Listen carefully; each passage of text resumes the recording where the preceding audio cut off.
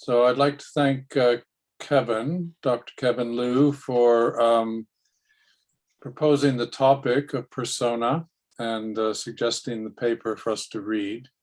And he's going to give us a guided tour of the paper, and we'll have a discussion about it.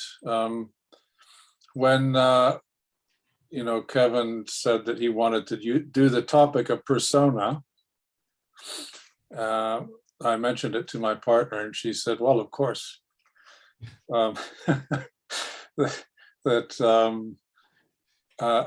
in awe of Kevin's capacity to relate to the world and to draw people in and reach out to people. So I think we've got an expert guide for our topic today. So Kevin, you want to take it away? Oh, David, that's so sweet of you. I mean, yeah, really kind. Let's hope I haven't over-identified with my personas, but that's actually really interesting because the one thing I was reflecting on when I was reading this huge paper, actually, maybe colleagues from New York might have known her. My take is that this seems to be a labor of love, and she passed away before finishing it. From what I can tell, that could be a bit of conjecture. But as I reflected on my interest in the persona while reading this, there was so much that was my own subjectivity that was coming forth, and things that unbeknownst to me I was dealing with, but now I could frame at least with issues of the persona. Now, a lot of what I'm thinking is also informed by Robert Hopke's book on the persona, and there's a book length treatment. Some really amazing stuff in there as well. So it's drawing from this paper, but also other sources. But really, those are the two main sources on the persona that I could find within analytical psychology, other than some of Jung's own thoughts on the persona in the collected works. And I was just really intrigued by the topic. And usually what we find is that the persona gets a negative rap in analytical psychology. And I just like to throw it out there to colleagues to do some work for me. So can anyone just define the persona as they perceive it or they understand it?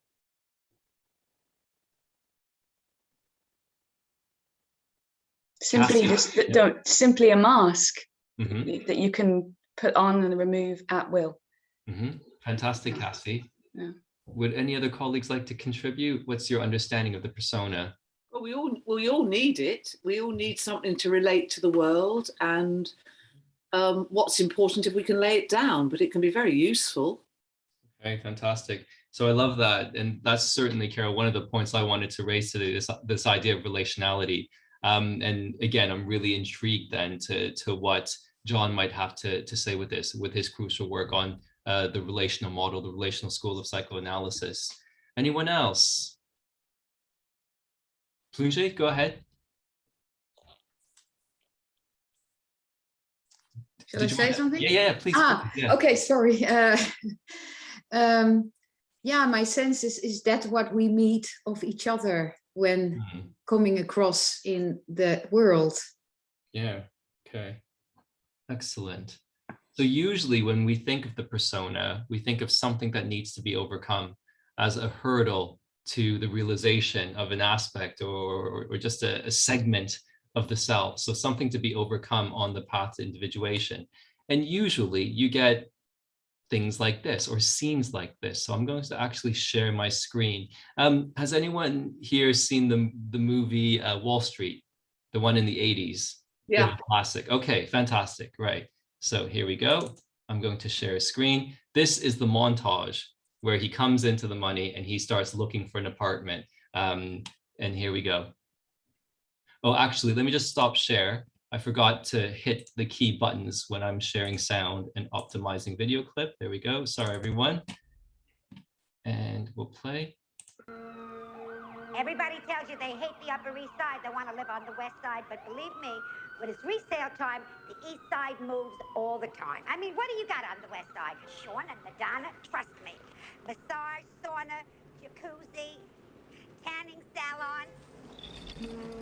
Best schools in the city. You know, cute young boy like you got to think of a future lady friend in your life when you're finished wolfing around. Of course, I'm taken. Oak strip floors. My husband can get you 10% mortgage. You know, I would do it myself, except I'm into 4 other deals right now. So I got a 4 o'clock and a 5. One of them's an all-cash type. Monique something or other. Look, maybe you'd like to see something cheaper that I got over on First Avenue. Honey, the meter's running. Anybody home? All right. Offer $950. You know, I got something over on Sutton Place. It's $1.5 million, but now we're talking duplex. No. This is it. This is home.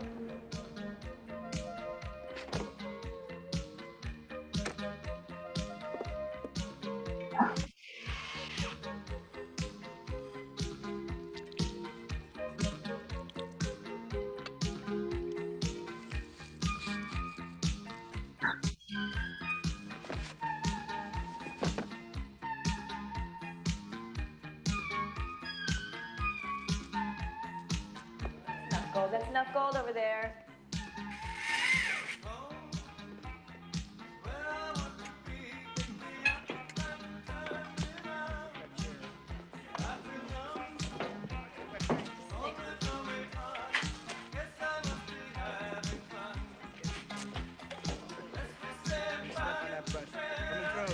Like it?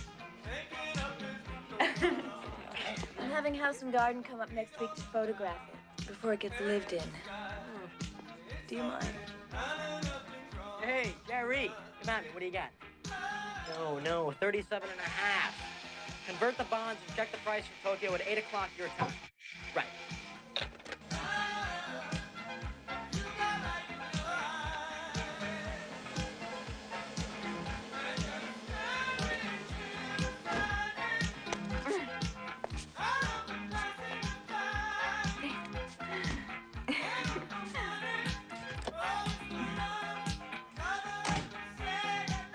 Everything.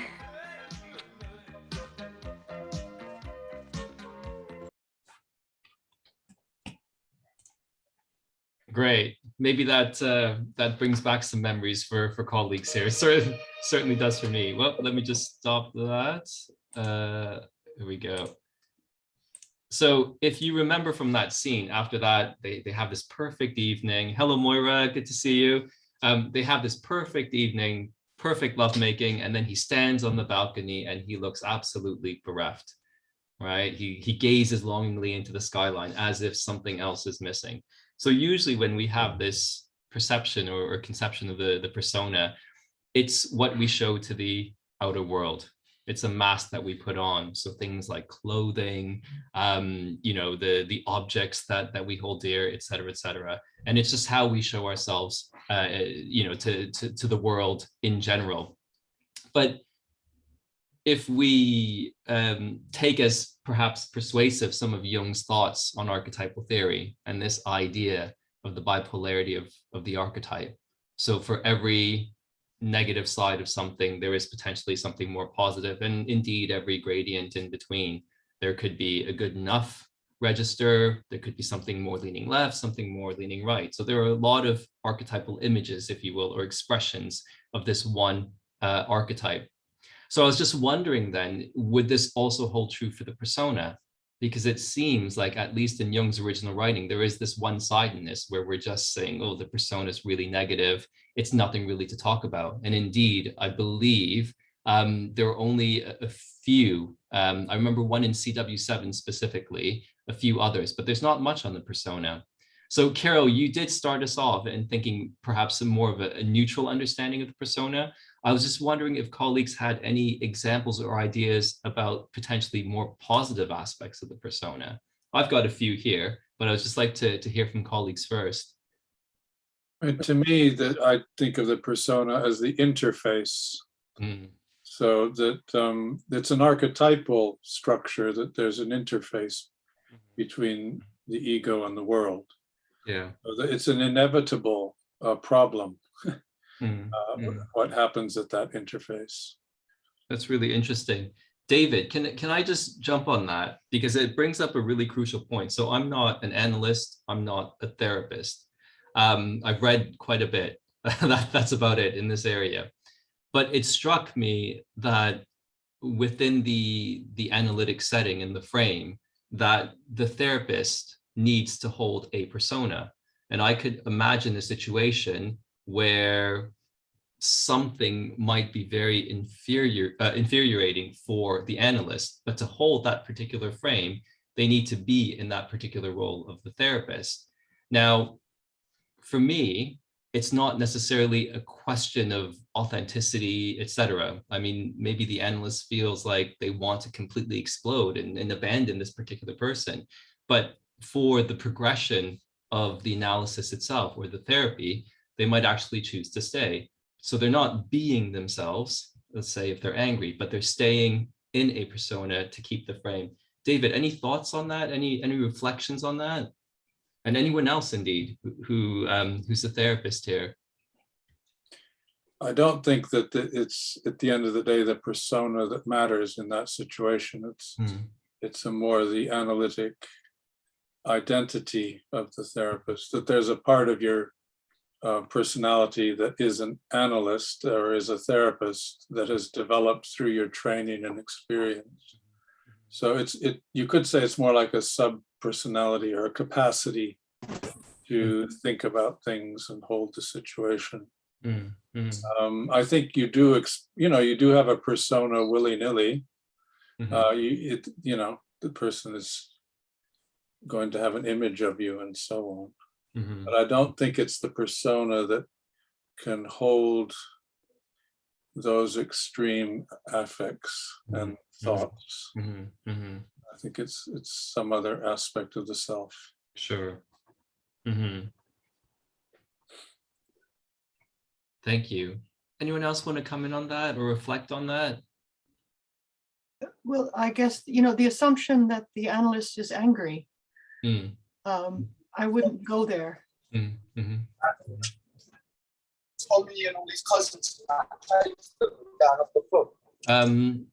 talking? Ali, can we, yeah, thank you, Ali. Well, that's an interesting thought. Again, I was hypothetical example, but do analysts not feel anger within a particular setting or huge swings of emotion potentially?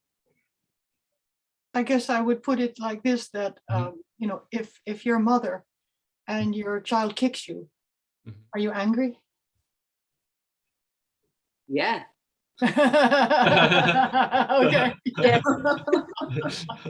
I think. I restrain myself, but yeah, sure, I'm angry. Okay. I agree with David. I think what one deals with in the consulting room when you are resisting anger feels something so much more powerful and mature than what one would think of a persona. Sure.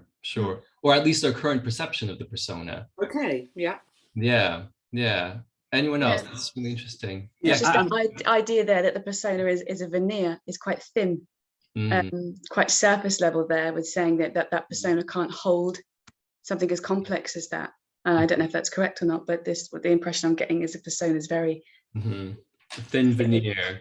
Yeah, a very cheap mask that we buy from the pound store for Halloween, rather than going to a proper costume store. Ray, go ahead, please. Yeah, I'm kind of thinking, actually, I'm not an analyst, but I've been a teacher for a long time. But I think it is important, I think as a teacher, you do have a certain, you've got a way of behaving. Yeah, it's like I don't know. Actually, maybe you could call it like an archetype. I don't know, no. But it's a way, it's a certain way that you conduct yourself, no? Okay, which has been informed by your training and so on. But it's I feel it's a kind of essential part of being a teacher, really. I think I feel it's an important part, really. Sure. Thank you, Ray. And there, I'm really reminded of Jung's real concern. So I believe, as Carol said, there's nothing wrong with the persona per se. We all have to wear masks and to be in certain roles to survive our everyday life, the situations that we find ourselves in. I guess the real issue for Jung is the identification with the persona. So where you you become wedded to one particular mask, as if that was completely your identity and who you are. So there's this great scene in The Mask. Jim Carrey, does anyone remember this film? Where he just simply cannot take off that mask because it's completely wedded to who he is. And then there's this great scene where he goes to see the therapist who's written this book on the masks that we wear. And he gives Ipkiss the advice that, you go as both people, as yourself, Stanley Ipkiss, but also the mask, because the two are actually in the same person. All right, so there's something there, that perhaps we can think about. I mean, I've got a few examples. Anyone else want to come in on this particular point in therapy? Yeah, not in therapy, but from I'm a coach, so from the coaching point of view, sometimes I find the persona can be a container for me to hold, to recognize the emotions that I'm going through with my clients. So it can be anger, any emotion that I'm not supposed to have at that moment, and therefore give me that gap space to assess myself and then respond. So okay, something has happened. Can you still hear me? Yes, we can. Okay, yeah. So in that sense, I can see it if you're not identifying yourself with that. It can be a quite comfortable mechanism to allow yourself to maintain that personality, professionality, and reassessing yourself so that you don't become like the mother and child to snap where you're not supposed to.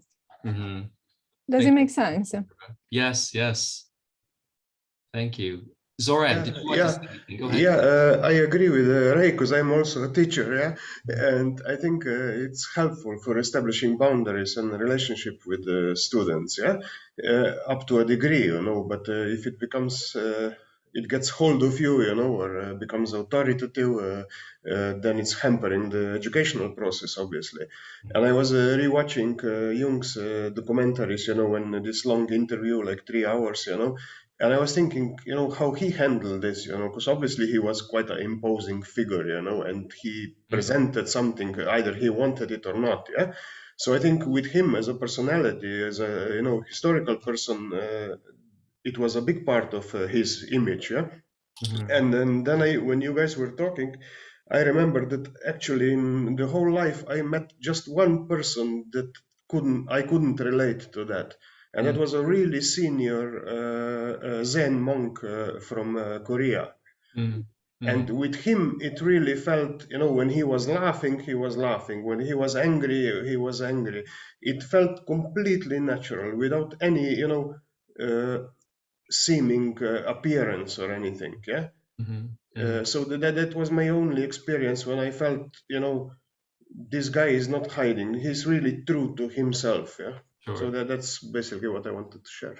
And Zoran, did you come away from that as a positive experience or unnerving in some ways? Because I'm getting a bit of both, that it was almost liberating that you experienced it, but also something you couldn't quite pinpoint at that point. For me, I'm not a practicing Buddhist or anything like this. It was in my student days, but it left a really deep impression on me and my wife, because we went to a retreat with that person in Austria.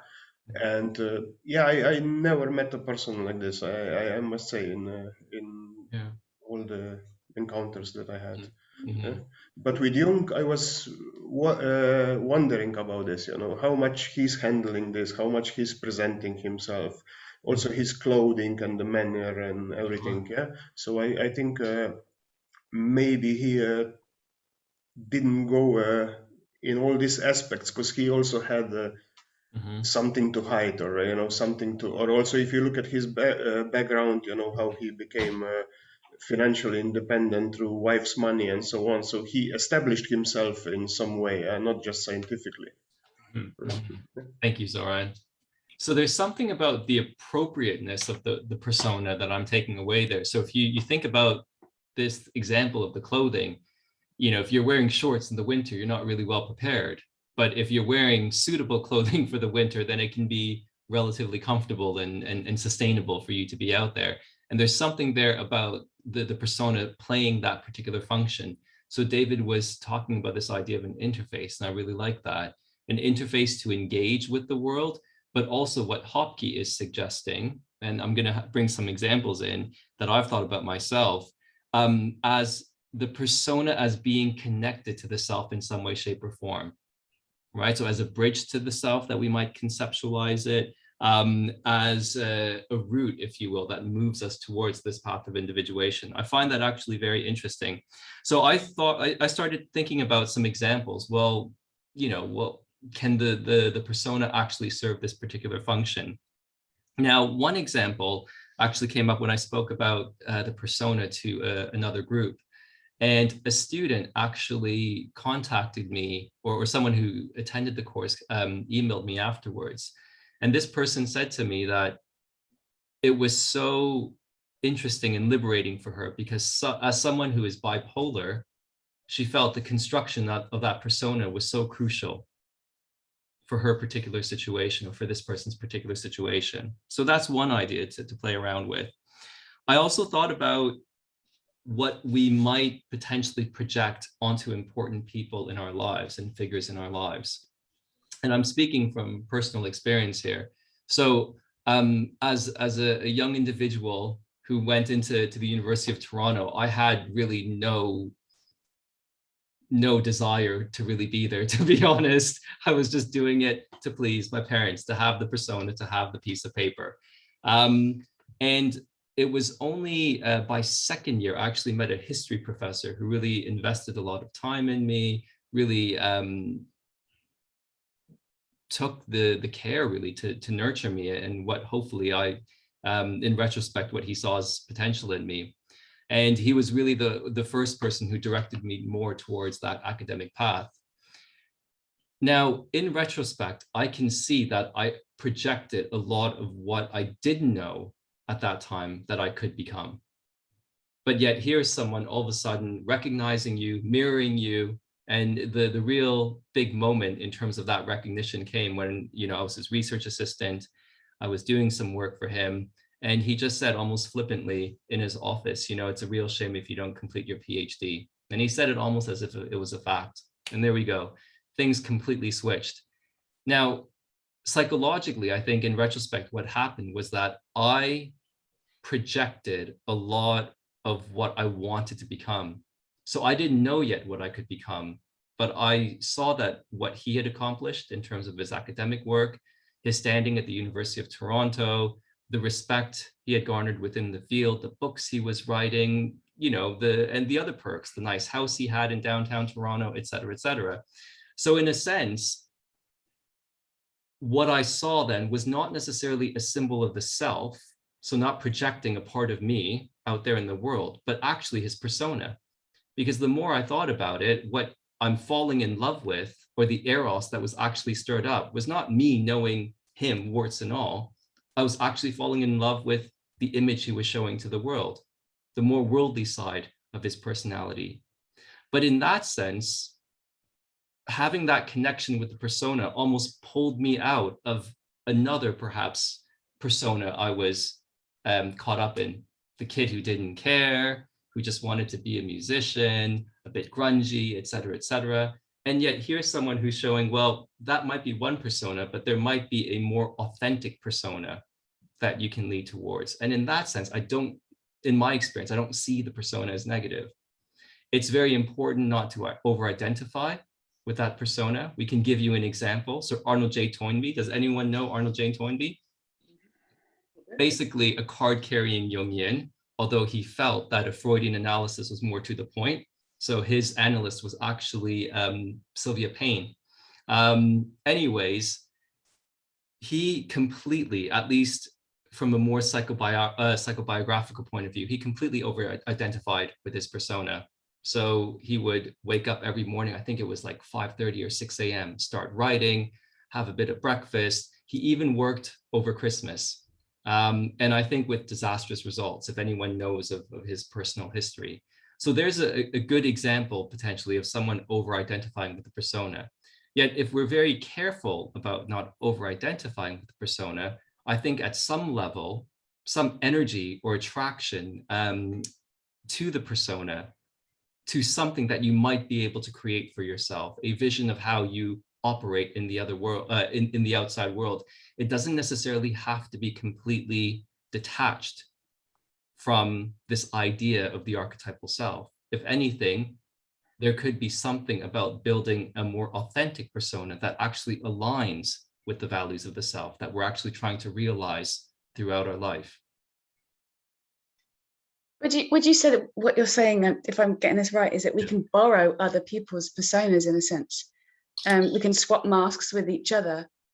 I don't know if I'm oversimplifying. Yeah, it's good. Yeah, it's interesting, Cassie. Yeah, borrow is an interesting word. I wouldn't say borrow, but almost when you're at that stage where, at least for me, when I really didn't know anything about the world because I was too caught up in another world.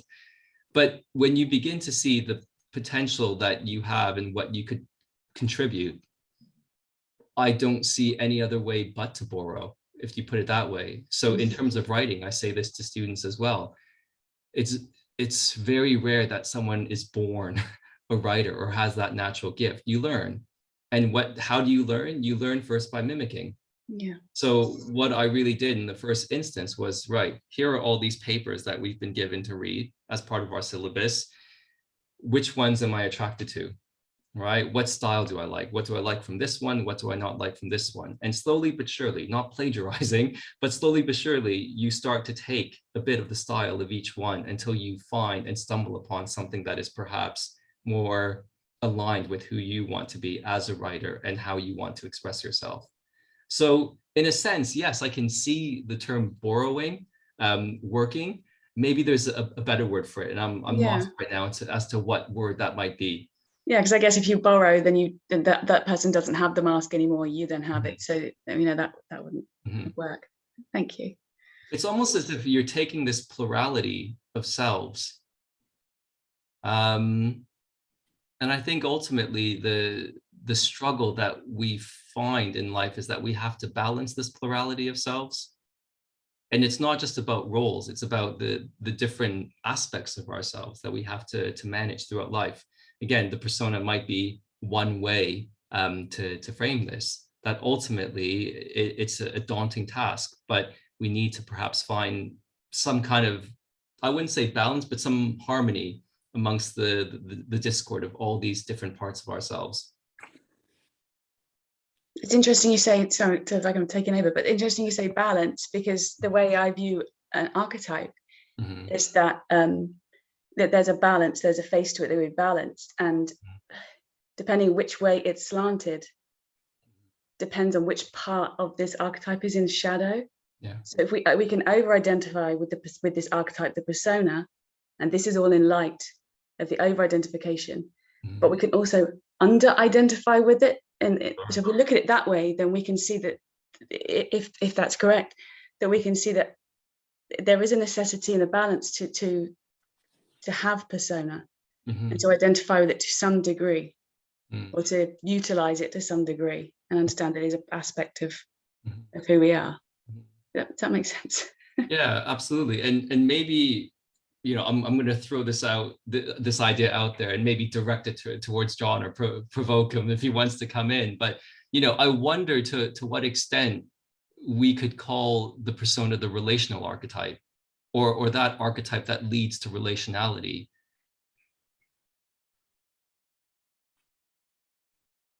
I guess that's my cue, huh? Yeah, sorry, John.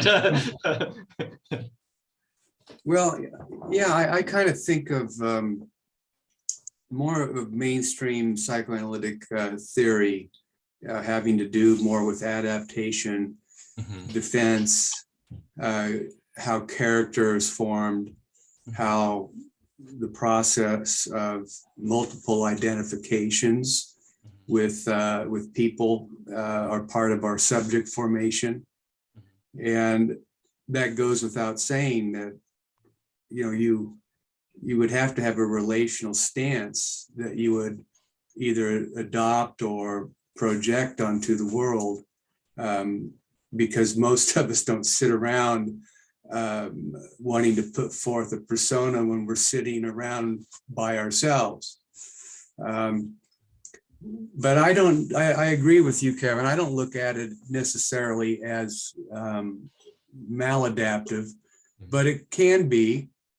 I'm thinking of a patient I had, and maybe like an actor, he always had a smile. And I'm kind of like a Tom Arnold. You know, anytime you saw the guy, at least in my sessions, and I assumed that's the way he was, just Mr. Friendly. Mm-hmm. And of course, behind the smile is this seething rage that he's, trying to swallow. And it took a long time to get to that. But that's just my thoughts. That's interesting. Would you frame potentially the work you did with this client as a work of persona in terms of building a new persona, or do you think that's taking it too far? Yeah, I'm not sure. I know that it was very difficult for him to allow really authentic feelings and emotions to pool up in the therapy, put his guard down, so to speak. And he finally got to the heart of his pain, having to be being traumatized as a child by a family member. And that's when more of his sadness and his suffering started to come out, and he's it's hard to smile when you're in pain. So thank you, John. Yeah, I like I work with addicts, and when they just with us, they are how do you say it, still very messed up in their mind. And I like the image of they have to build their own persona again and find a way. And I like the image of the role model. It sounds like what you said about your own teacher, like, okay, this is what I want. And I can see them do that also. And they are experiencing what is doing me good. And they also experience when they are in the safe house, it's okay, but outside it's quite different. And in this way, they really learned to adapt more and I think build a new persona, to relate to the outside world. Sure. Thank you, Margaret. I mean, if I could just say one more thing, when you describe the thing with your professor, and this is perhaps where you're going to, it strikes me that's also related to participation mystique. Oh, yeah. And I had a similar thing with a supervisor once where I had a long, torturous Jungian analysis, and the supervision was giving me very different stuff. And at one point, she just said to me, like your professor, you could always leave, And it was a bit like your professor's statement. I didn't know what she'd done, but suddenly everything changed. I suddenly had permission to really rethink this. And I did leave. But maybe this is what you're saying about a link, because I did admire her a lot. But this went somewhere very deep, almost like a mother and a child's face looking at each other, which isn't, I don't think, just persona. It's that incredible first deep look into another face. So I don't know. These are the thoughts that I'm getting about it. Thank you. Yes, Punche, go ahead. I have a question. Yeah, sure. And maybe it's a weird question itself, but it seems almost as if there's only one persona, and we have so many roles in life and so many aspects of ourselves we bring to the world. And yeah, my understanding was that mask can change. However, since we're now also studying alchemy, And I'm really wondering about this. So maybe I'm going in the wrong direction, but if there was a vessel that holds me in good and bad times, particularly bad times, when I don't know how to hold myself, I heard the word containment, which enters my heart. So then I need a certain containment to hold myself. And then I have hardly any choice. But then there is this, okay, this is my face. Do you know what I mean? So it seems as if when I'm in better times, I have choice. I can play, I can go, you know, be a financial advisor or be a coach or be a, you know, a supervisor or whatever in all these roles. But there is this almost this, now I have nothing more to give. And then that's my mask. How do you see that? How is that all related? Yeah, thank you. If it makes sense. Yeah, no, absolutely does make sense. My gut reaction is to refer to Murray Stein's edited book, Psyche at Work. So we were talking about this idea of a vessel, and different people can express that process of development in different ways. But indeed, if we think about our work lives, where we spend a major part of it, if we're lucky enough, that frame can also be a catalyst towards our individuation, so long as the job we're in doesn't completely violate what we actually want to become, or the desires that we have in terms of, you know, who we want to become. So in that sense, you know, we might be perfectly placed. It's then about negotiating. You might be in the line of work that really fulfills you, but with all work, there are going to be challenges. And sometimes those challenges can be really demanding and can really break the frame. But if we build that persona that's actually robust enough and strong enough to hold us through those difficult times, almost like this boat that holds us through rocky waters, we might actually begin to inch closer and closer to that ultimate goal. So that's what, you know, your question brought to mind. And this idea of decorum as well. So I was in a meeting the other day. Yeah, speak about the persona. I was in a meeting the other day about employability and how we need to enhance or give to our students these kind of core skills of employability. And a colleague in the business school came up with this idea of actually inviting recently graduated students and alumni to these dinners with more senior alumni who've actually made a real difference. And this colleague said that it's actually really important to invite these younger students to these types of events because it forces them to learn how to act in a particular professional situation. So what you find in some situations is that these people who are graduated, they have great ideas, they're entrepreneurs, they have all this energy. When you're put in a setting where decorum actually matters. So in order for you, let's say, to pitch something, in order for you to achieve what you want to achieve, there are certain rules, maybe unwritten rules and laws that you abide by in terms of how you act in a particular situation. What this colleague was conveying to me, at least, was that these students didn't have that sense of decorum, and they needed a vessel or a chance for them to build that decorum, or put another way, to build that particular persona. So again, this idea of linking your potential to the vehicle that brings you closer to that potential. So if we're thinking in this business context, again, maybe they have a great idea they need to pitch. Maybe there's a new product. You're not going to be able to realize that ambition if you act like a complete jerk at that dinner where you're presenting that work or having that pitch to this particular person. So there's something there, again, about the persona as vessel, the persona as not necessarily completely disconnected from this idea of the self or potential.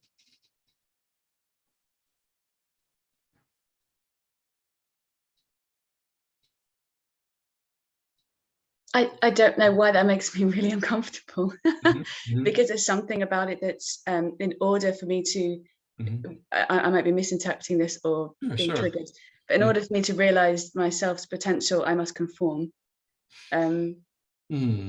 I don't know if I'm just emotionally reacting to that. Sure. No, absolutely. Is it so much about conforming or giving yourself the best shot possible for your best qualities of you to come to the forefront? Yeah, and that's another side. I think that's where the adoption of a persona has to be an informed choice. Do I want to, what do I want to conform to this in order to realize some potential, or can I adopt a different persona and takes me into a different direction, a different vessel, a different boat, if you like, to that might go a different direction. I don't know. Well, that's interesting. I mean, the thought that comes to my mind then is that the persona is not just something that you choose, but something that is almost determined by the context and the audience that you're relating with. Yeah, it's almost like a negotiation between you and what you're coming up against in the outside world, I think. It just makes me think of astrology as well, and this idea that there's a rising sign or something which is could be likened to the persona, and that's almost like predestined in that school of thought. So just bringing up ideas about, do we choose our persona, or do we, what dictates what masks we do wear? Sure, absolutely. Colin, go ahead, please. Yeah, puts me in mind of, I think it's hard for me to talk about persona without talking about adolescence and peer group acceptance and culture. Sure. To take Cassie's point and the point that you just made as well, where during adolescence there is this unspoken need of the psyche to be accepted, to fit in or not fit in, to deliberately fit in or deliberately not fit in. And so the peer group plays a massive part within that. So I don't know whether Barbara's experience in her anthropological experiences, outside of the Western culture that we're working in, it's the same. But so there is an element of adaptation and adoption, I think, which happens predominantly in adolescence. And then thinking about the majority of the members in this group tonight, in the second half of life, we should sort of have those kind of things sorted out. But so I think one of the challenges of adolescence is can I be accepted? Can I conform in a way that enables me to become a part of and not separate from, without a sacrifice to the self, when I'm still not even sure what the self is either. So it's a real minefield. It's certainly adolescence for me felt like a minefield. And then there are those mentors that you mentioned who are sort of little signposts on the way during adolescence, where you can say, well, I'm going to adopt that kind of persona because I admire that person's qualities, and then we can arise above that the need for that peer group, and begin to own our own persona in that sense. But I think the part of the problem is that Jung laid a foundation that we should think negatively about the mask and the persona, in that it when we put one on, we are actually sacrificing the self. And I think your point that you made at the beginning is really important, that it doesn't have to be negative. Sure. It is part of maturation. It is just part of negotiating life, really. Yeah, it's a really interesting point. What I thought of their column is that masks conceal, but they also reveal as well.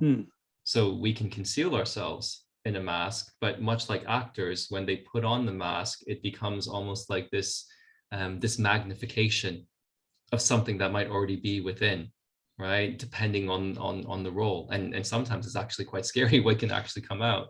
So in a sense, there's this dual aspect of the mask that, yeah, we can hide something, but also we can reveal something that wasn't known to us initially. Yeah, I was thinking when Cassie was talking about this, I also have an easy feeling about this because I'm an artist, and I teach art. So my job is actually to bring their true self come to life, who they are as an artist.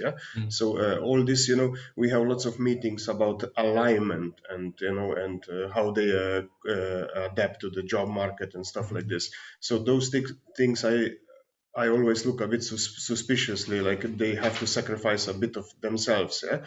And because they are so young, of course, like Colin was saying, they are really susceptible to mentors and all this. But what is really positive in this persona definition and in personality types for me is that I understand them as being really fluid.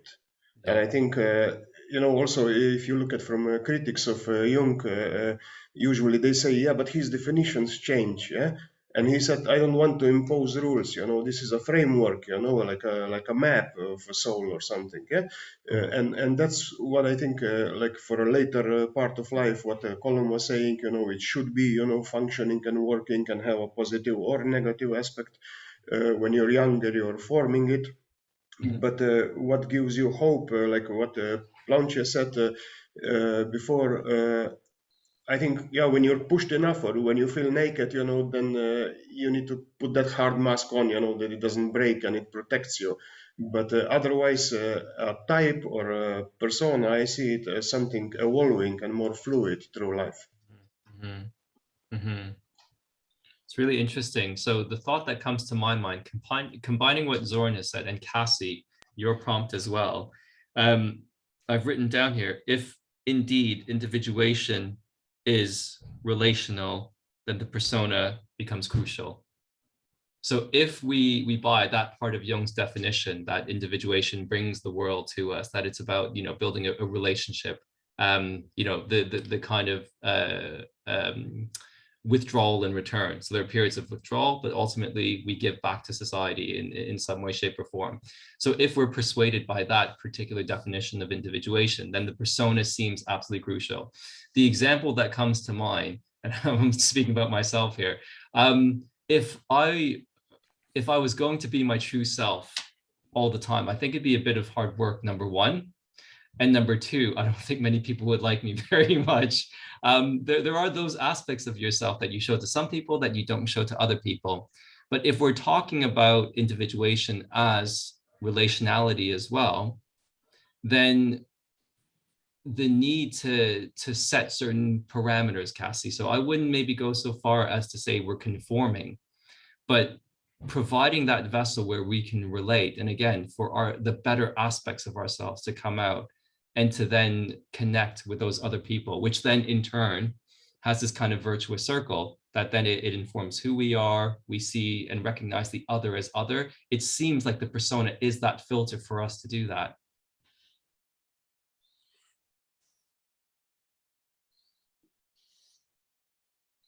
Yeah, sorry, it's me again. Just to add to this, because when the people were talking before, I was thinking, in a modern contemporary life, I think from my perspective, we abandoned all of those rules and framework, of most of them of social behavior. Now it's acceptable to go to opera in a training suit, or sneakers or something. But in a Victorian society, it was much more structured and prescribed from outside. Now we don't have such a strong push from outside what's acceptable, maybe in a business culture like you were talking about, Kevin, and so on, and certainly in many fields. But I think this outside imposing structure is much looser and much freer. And then that's why maybe young people or people in general are struggling to build, what is right, what is appropriate. And you see now even gender denominations are fluid and changing and so on. So we opened doors wide open, and people are standing there in a draft and they need to build something and they need to protect themselves and so on. That's a really great point, Zoran. And I would say that the dangers that Jung warned against in terms of the persona, they're still out there in the world. So our colleague Aaron Balick, in his book on the psychodynamics of social networking, he used the concept of the persona in terms of the Facebook image. So what image are you putting of yourselves out there to face the real world? You're not necessarily putting an image where you've just woken up, you've got sleep in your eyes, your hair is all over the place. That's not the image you're putting to the world. So in that sense, in this highly digitized world, the persona, it becomes more and more prominent. I think the more worrying aspect, and something perhaps we can explore a bit further, is this phenomenon of influencer culture. I don't get it, right? You hire people in who are influencers on YouTube with these massive likes, etc., for you to sell certain products, etc. Now, there's certainly something about the persona that's gone haywire in this particular context, of this particular image that people are always presenting. I want to be like this particular influencer. If this influencer tells me to buy these sneakers because they've been paid to do it, guess what? We're going to go buy those sneakers. Yeah, I totally agree with this. I think this is a big problem of social media culture, and we are struggling to deal with this in the educational process, because I teach in a game art development school, art, and those young people are expected to build their online profile for professional reasons. But because, of course, they have personal social media and this digital persona constructed already, usually there's a big split, because then they equate number of likes with the quality of their work, and they are not one and the same thing, and it creates a lot of stress and anxiety for them.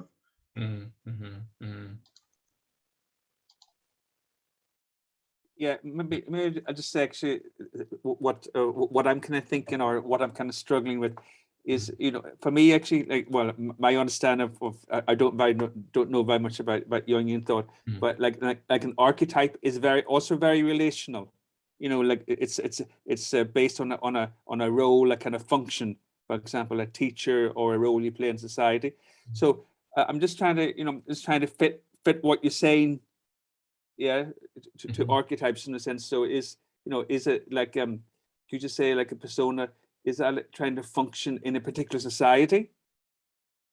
Is that, you know, is that talking about, you know, how a society is organized, or trying to function within that society? So just a thought. Yeah, interesting, Ray. I mean, the one thing that did come to mind for colleagues who were able to get through this paper, she makes a really interesting distinction between role and persona, where role is more about the roles that we play in life. So as you described, Ray, what is socially constrained in terms of the function that we play in outer society. But she goes on to define the persona as that element that connects one with soul. Now, it's difficult to really always tease out what she means by soul. Is it more the kind of Hillman-esque understanding of soul? But certainly there is something similar to what Hopke is saying, in that the persona seen in another light is not a hindrance to individuation, but actually potentially a catalyst towards it. I think that connects with what was just being said, in that I think she means with the soul that you connect with the immortal part, and that would also be the archetype. Thank you, Barbara. I think that this is a problem with this paper, is this idea of the soul and the immortal, and a kind of nebulous essence or fluid that is supposed to seep through the persona. Yeah. It just seems to me that the notion of soul in analytical psychology is much more specific in a way, and I think, and certainly if you bring in Hillman, then you've got the relation between soul and spirit. The whole thing is more complex than she's portraying it here. I mean, there's a kind of and she's sort of, I don't know if she's relating soul with authenticity as though that's an automatic thing. Right? Yeah. And there are kind of distortions of soul, just as there are distortions of persona, or distortions of anima or animus or whatever. So it's I found that aspect of the paper a bit, I grew impatient, I guess. Sure. That's not like you, David, at all. No, not at all. Not in keeping with your persona.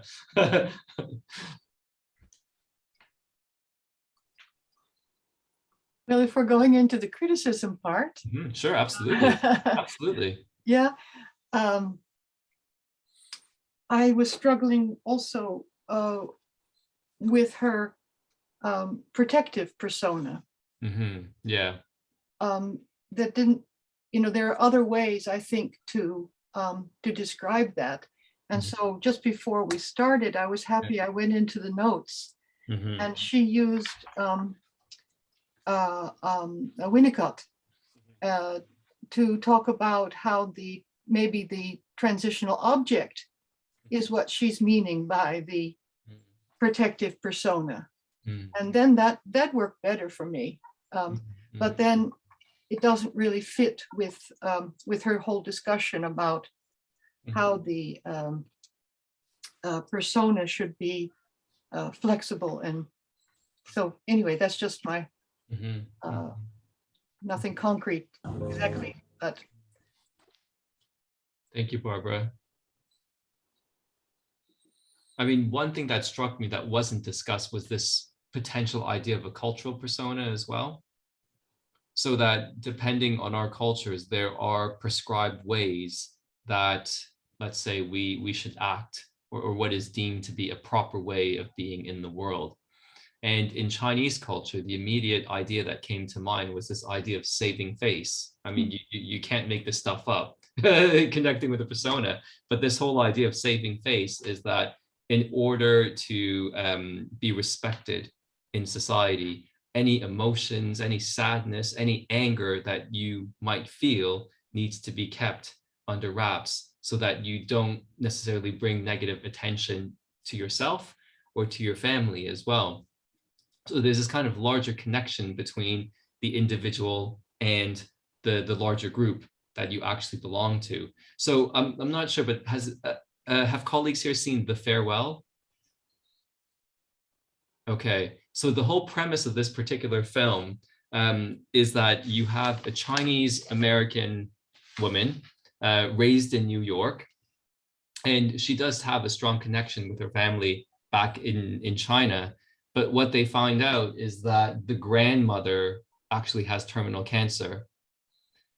But while taking her to all these appointments, etc., there's this collusion to not tell her that she's actually dying of cancer. And the whole point of that is to not burden her, And, the American granddaughter saying, what if she wants to say goodbye? It's completely unfair that you're withholding this information. But the other family are seeing this in the context of the collective group, of the immediate group, that she's living a good life. She doesn't know about it. Why are you going to make her worry? Why are you going to make her suffer in her remaining months that she has to live by burdening her with this, this end that's actually quite imminent? So this whole movie is actually about that negotiation of different personas, at least the way I see it, between this this young woman who is caught between, let's say, a Western persona, but then also being exposed more and more. So when she goes to China to be with her grandmother, what you might call something that was very specific to her cultural context. Now, again, it's not saying that one is good and one is actually bad. What you begin to see is that she not necessarily over-identifies, but just begins to identify with that Chinese persona a bit more. And in doing so, she actually grows. And she's actually able to see a different point of view that she couldn't see in the first instance. So again, I'm just fascinated with this idea of potentially of cultural personas as well, which is probably tied to decorum. Zoran, go ahead. Yeah, that's really important, I think, because also in paper there's this disclaimer, that the author is basing her paper on a Western culture, and she was from Texas and lived most of her life in New York, so that was her milieu, yeah. And I think there's a big difference between individual and collective relationships in Western and Oriental culture. Yeah? And I had students who applied for a job in Japan, and business culture is completely different, and how you get introduced to people, and there is so many things that we are not used to, or we don't do them here in Europe, for example, and there they have to adapt to this, and they have to, or I have a student who's for 2 years or something working in Japan, and he's becoming Japanese actually. He even starts to look and nod, and he's taking up mannerisms and so on, but not in a bad way. It's just the influence of an environment where he lives and works, Yeah. and this is a big factor, I think, in the persona debate. Yeah, that's very interesting about the environment. David, while I was jotting down notes for this guided discussion, I actually was quite interested about the relationship of the persona and some of your work on the third culture kid. I mean, is there something that you've ever thought about? Is there such a thing as a persona of the third culture kid? Does it exist? Is it a lack of the persona? I think that's really interesting. I mean, I don't know if people know, the idea of third culture kid was introduced in the 60s, and it's like if you grow up in a country that isn't your parents' passport country, or if you've moved about as a kid and lived in different cultures, then there's the idea that you're a third culture kid. You're not from this culture or this culture. So when people say, well, we're going home, they don't feel like they're going home because they don't feel they belong to their parents' country. But so I think a lot of people, when they discover this category, third culture kid, they feel this enormous kind of release and emotion and identification with the idea. But the thing is, when you get a bunch of third culture kids together, actually they have very little in common. They're all like singular, lonely kids, right? And so it's a bit of a trick in a way, that, oh, third culture kid and so on, and we're all in this together. But unless there's more actually concrete experience that's been joint, it is hard to see. I don't see the third culture kid as an actual identity, put it that way. An actual identity through which you can have real relationships with people. So I think the issue of the persona of the culturally homeless person, or the persona of the immigrant, is very complicated. It's like, I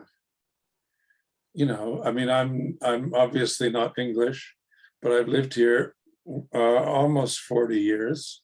Every single day, I'm aware of not being English. Something happens or something's said. So on a persona level, there isn't a kind of emollient, fluid bridge or channel, to relate to people. So it makes it quite fractious and difficult sometimes. But it doesn't really get better with time.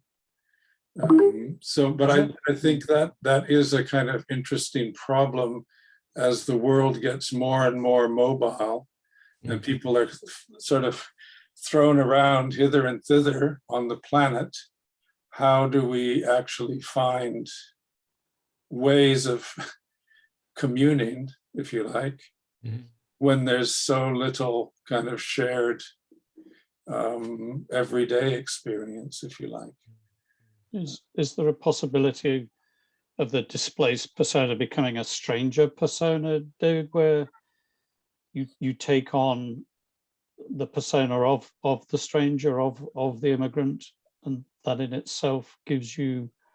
That's, I think, blaming the victim. That's...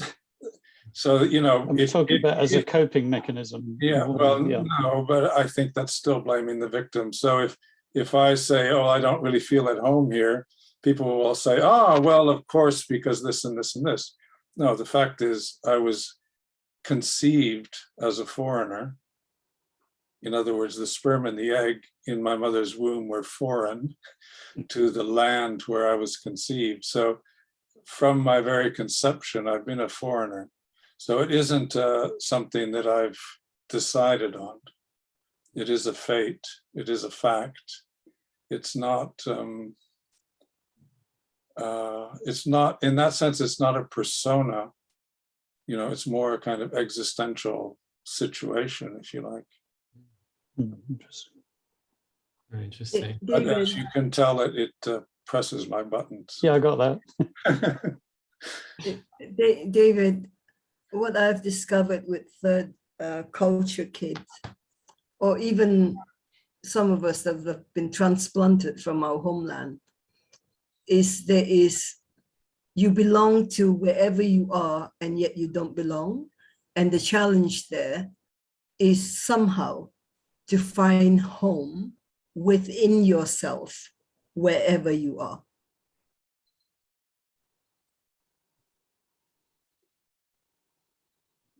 I mean, there I'm kind of reminded quite a bit about Renos's work on our conceptions of home as well. And obviously he's done so much work with refugees, you know, and what struck me as well is that, you know, usually with the persona, we think of it as how we engage in the outer world. And, you know, David mentioned now our kind of hypermobile world, where people are just moving across spaces almost seamlessly.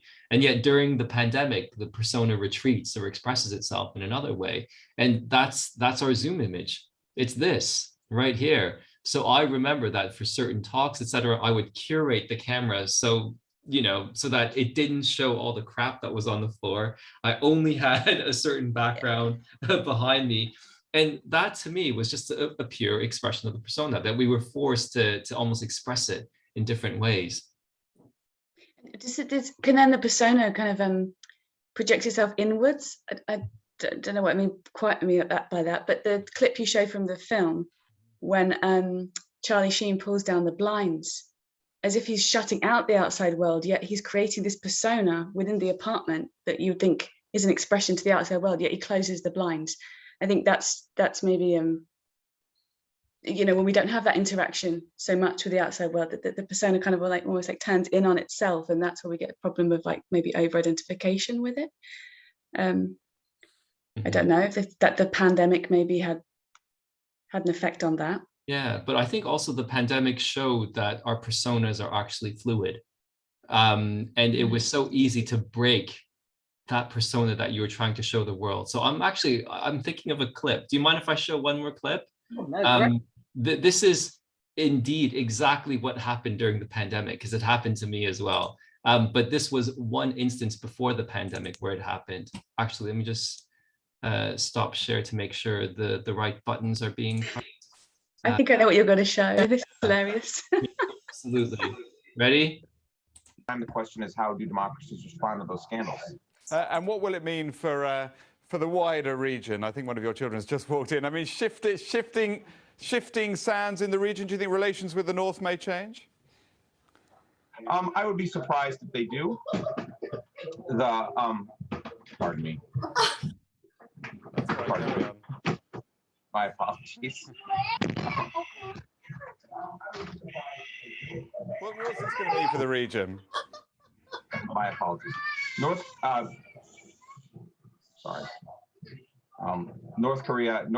South Korea's policy choices on North Korea have been severely limited.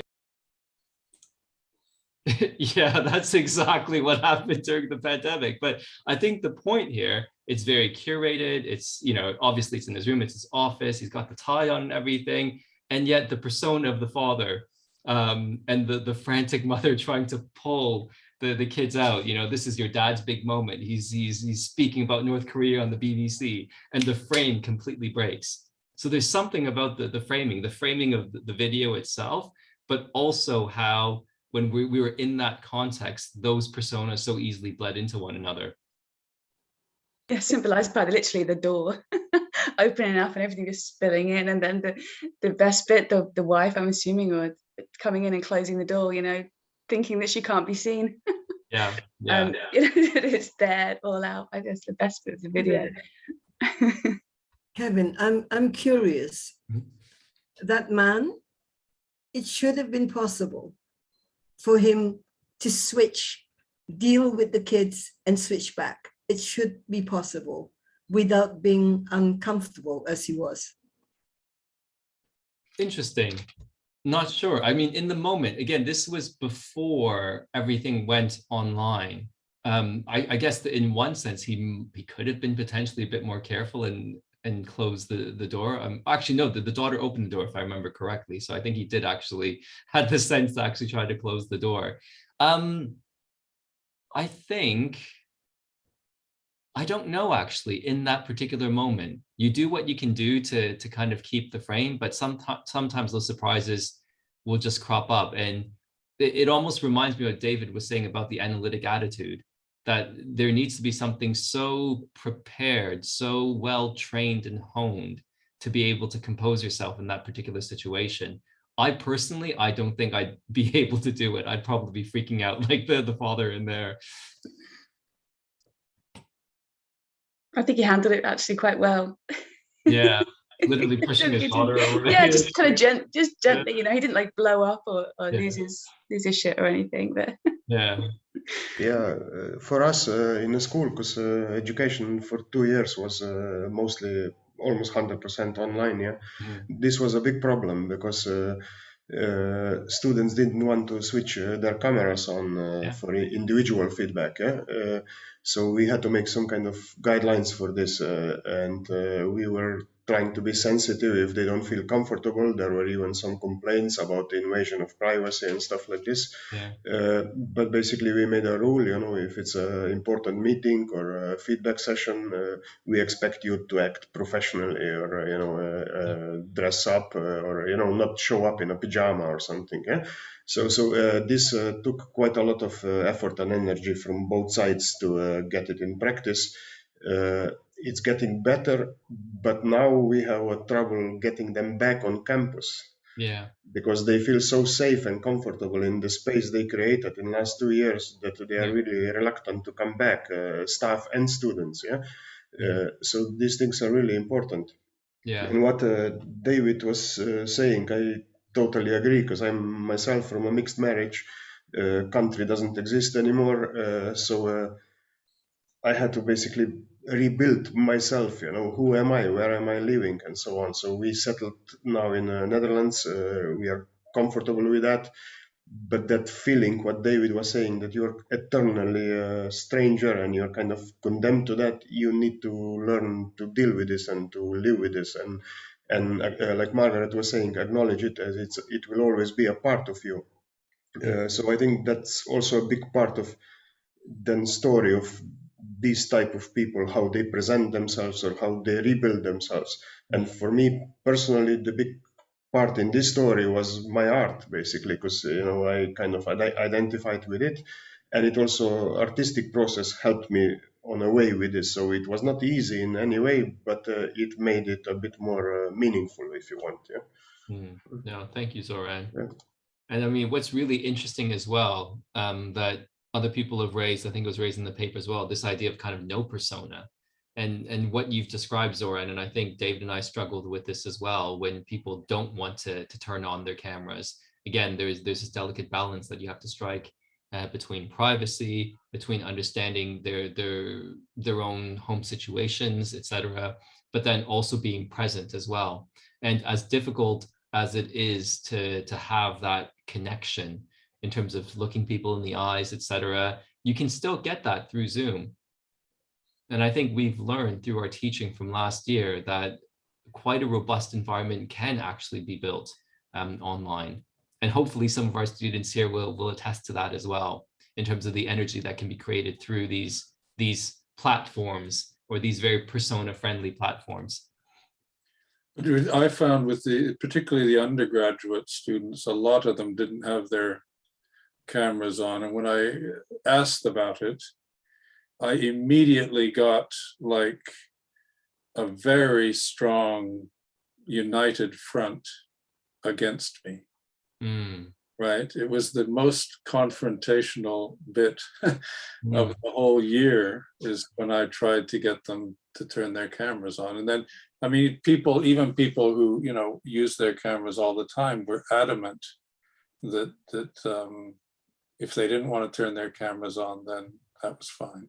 And I shouldn't bug them about it. And they had good reasons and all of this. But I was a bit, when that first happened, I was a bit surprised that it was such a kind of visceral comeback in a way. Yeah. How interesting. Maybe something about the protection of the persona as well. I've got your message, Josie. Don't worry about it. It's absolutely fine. We're not referring to you specifically. Yeah, what we found out is because almost, if I generalize, most of the art students are kind of introvert, and we have design and production students and programmers, and they tend to be a little bit more extrovert. And art students, they want to stay at home and don't want to come back to campus, and maybe programming and design and production students were there all the way through the pandemic. So there's a big split in team, in staff and student body, how they relate to this. And most of the artists reacted like what David was describing. They were really protective of their environment. They set it up, and now they feel that they have a really good and also they feel that their productivity and everything increased. So they didn't see lockdown as something necessarily bad. This is all kind of inspiring, I'm finding it all. Because I'm thinking, Zoran, you're bringing in the art. And I certainly, I'm a cellist.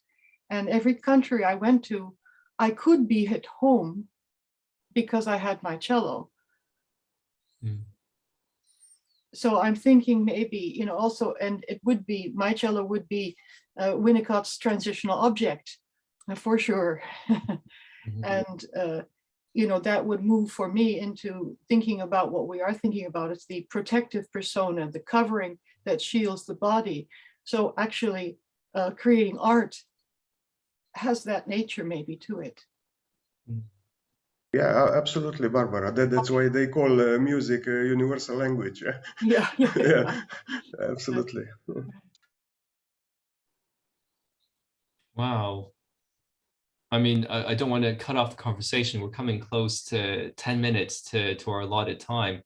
I was really scared at first that, am I even going to fill 30 minutes here with our discussion of the persona? But obviously, it's a topic or an idea that's actually quite at least from my point of view, generated quite a bit of feedback and interest and critical reflection as well. So maybe we've just proven that the persona is a bit more important than the few lines that Jung gives it in the expanse of the collected works. Yes, Margaret, go ahead. I was thinking again about something that David said about having lived in England for over 40 years and remembering each time that he's not English. That David, I've been transplanted from Asia myself for a large part of my life, and lived and worked in the UK and in Europe. I have never ever felt westernized, although I'm completely comfortable wherever I am. So I belong when I'm there, but I don't belong. But the worst thing of all is back in Asia, I belong, but I don't belong either. So there is a certain psychic displacement that you have to fill up within yourself. And so home is either where my loved ones are, or home ultimately has to be wherever it is that I am geographically. So I have to carry my home with me. And to relate this back to the article, how might this affect your sense of a soulful and meaningful life? You find it's something you have to find this relationship with yourself, an acceptance that you don't belong, an acceptance that you are psychologically, psychically displaced, so that you are everywhere and nowhere.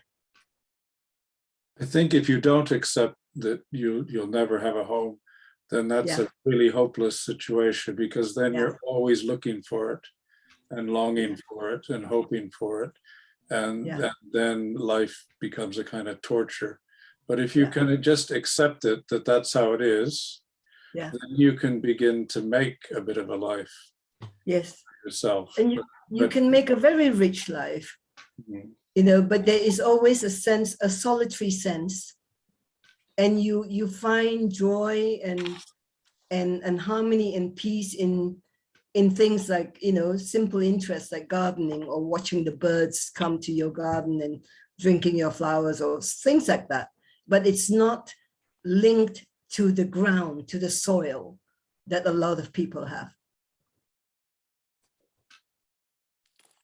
This is sorry. No, go ahead, Plache.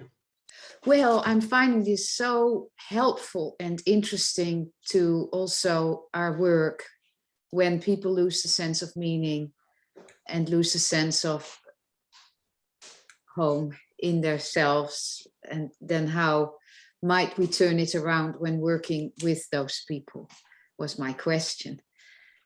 I think that, you know, what Jung says that one of the, I think he's right, one of the challenges of the second half of life is solitude. That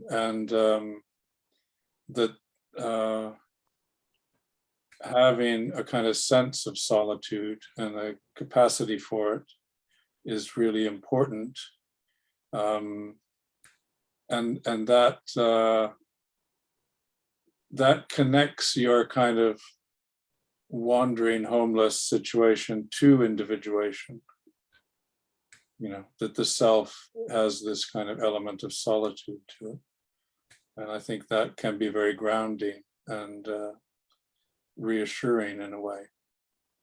But it is, I mean, like Jung says, I mean, it is something particular to you, and you have to find your own particular way of having that. Yeah, I agree, and I agree with what Margaret said. And it is kind of a unsolvable paradox for me, and it's a curse and a blessing at the same time. Because on one hand, you can perceive other cultures and their differences from the outside perspective, and at the same time, you also always know that you don't belong, and that inner security, what David was saying, has to be rebuilt or re-examined constantly, and hopefully it can help you grow to be a better person or more true to yourself, or better in art or whatever you do in your life professionally and so on. But isn't that ultimately the challenge for every single one of us, to be unattached to what we are attached to, so that we can be free? That's a very oriental view of, unattachment. Yeah. We'll need another evening to discuss freedom, I think. Yeah, indeed. And Cassie's asked a really interesting question. So what for us who are not geographically or culturally displaced, yet feel a sense of not belonging or unbelonging? Yeah, very interesting question. I think that there needs to be a differentiation between the different types of not belonging, and not assume that it's the same. That then becomes a kind of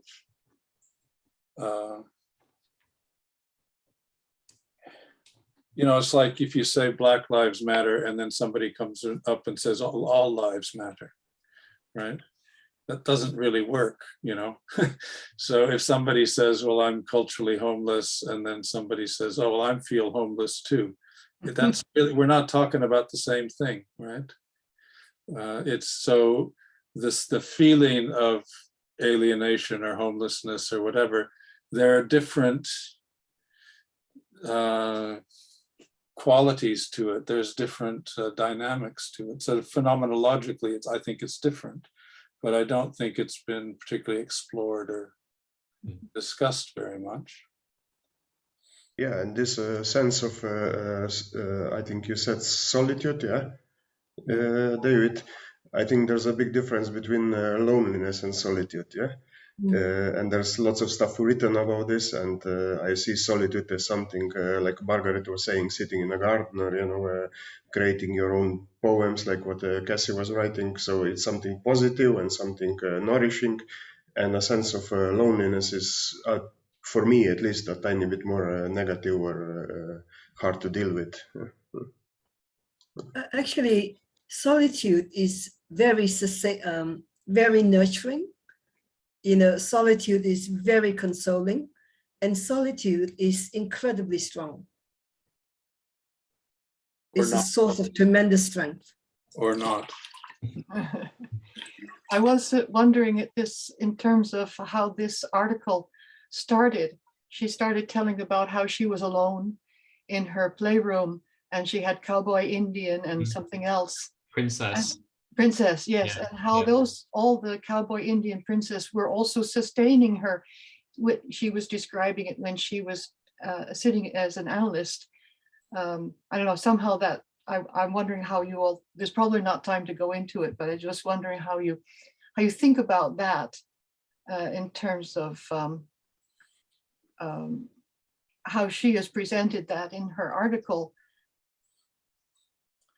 I think we do need to begin to wrap it up here. I wanted to thank Kevin for his masterful weaving together of the time and for suggesting the article and the topic. And thank you all for coming and taking part. Hope to see you again. Okay. Okay. Thank you, Kevin. Okay, cheers. Thank you. Okay, bye. Thank you. Bye-bye. Bye.